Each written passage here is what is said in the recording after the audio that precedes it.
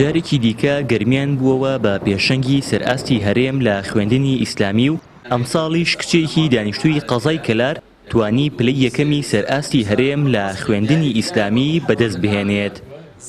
گلارە ئاکۆکەریم بە کۆنمرەی 824 و تێکڕای 91.5 توانی پلەی یەکەمی خوێندنی ئیسلامی بەدەست بهێنێت. وەک خۆی دەڵێت تەنیا لە بەرخودای گەورە و زیاترکردنی زانیاری لەسەر زانستە شەرعیەکان ئەو خوێندنەم هەڵبژاردووە و پاڵپشتی ماڵەوە شوای کردووە پلەی یەکەم بەدەست بهێنم. بسم الله الحمد والصلاة والسلام على رسول الله.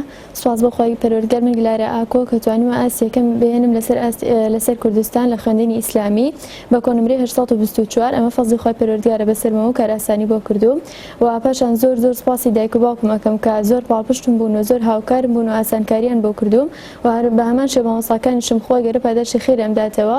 زۆر هاوکار بوون و زۆر پاڵپشتیان کردوم ماندوو بوون ئەم ساڵ لەگەڵم. سواز بۆ خۆی پەروەردگار. لە ڕۆژانە لە خوێندنی ئاساییە 7 بۆ 8 ساعت ئەم خوێند، لەوە زۆر دەگمەنەوە زیاتر ئەم خوێند، بەڵام لە کاتی تاقیکردنەوەکان لە چ ڕۆژەکەیە کە لە ماڵ بووین و لە کاتی تاقیکردنەوەی زارێکە لەو کاتەیە 12 ساعت و زیاتر، زۆربەی ڕۆژەکان 12 ساعت زیاتر.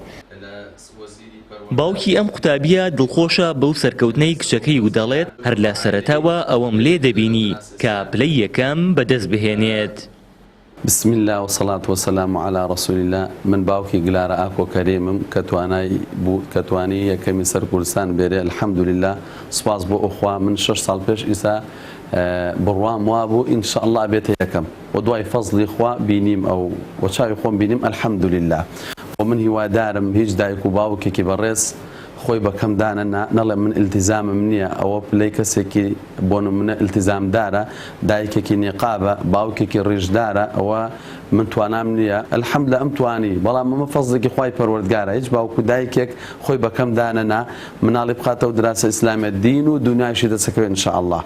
و ڕزقێک دیاری کراوە بە ئەوە ئینسان هەوڵ نەدا بۆ طب. من لە طبی بەڕێزش کەم ناکەمەوە و شانازی ئەەکەم بەو دکتۆرانەی کە خزمەتی ئەم خەڵکە مسلمانە ئەکەن، وەکو بەڕێز دکتۆر جەمال عەبدوڵڵا قەوری پڕنور بێ یا ڕەبی، وەکو دکتۆر عەبدولواحید بەڕاستی نمونەی زیاد بێ یا ڕەبی، خزمەتێکی زۆری کوردیان کردووە بەڕاستی ئینکاری ناکرێم و کەس پێزانێ ئەوەی شایەتی حەق بدە.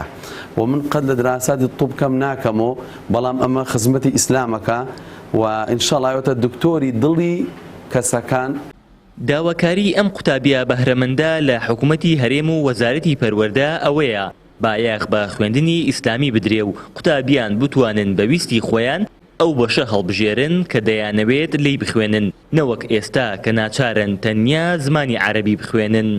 داوام لە حکوومەتی هەرێم ئەوەیە کارئاسانیەک بۆ ئەم قوتابخانەیە بکەن، یعنی ئەگەر یەکەم و دووەم و سێمی سەرئاستی کوردستان تەنها لە بەشی عەرەبی وەرەگیرێ و جگەلەوەش تەنها لە شەریعە هیچ بەشێکی تر وەری ناگرێت جگەلەوە، زۆر بەرتەس کراوەتەوە.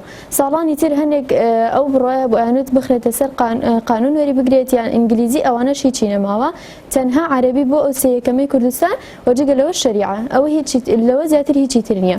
و ئێستا لەم ماوەشە بڕارێکی تر دەچووە کە دووبارە بخرێتەوە سەر ئەوقاف.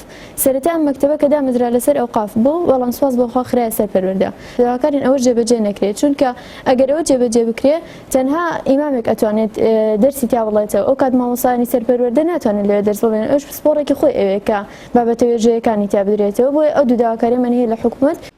خوێندنی ئیسلامی ساڵانە ئاستێکی بەرزی نمرا دەبەخشێتە گەرمیان و چەندین ساڵ گەرمیان خاوەنی پلەی یەکەمی سەرئاستی هەرێم بووە. ئەمە لە کاتێکدایە خوێندنی ئیسلامی بەگشتی وەک پێویست بایەخی پێنادرێ و ئەمەش نیگەرانی قوتابیانی لێکەوتوەتەوە، بە تایبەت کە بوار بۆ دەرچوانی خوێندنی ئیسلامی لە زانکۆ و پەیمانگەکان بەرتەسکە و ناتوانن وەک هەر دەرچوویەکی دیکەی ئامادەییەکان بەخواستی خۆیان درێژە بە خوێندن بدەن.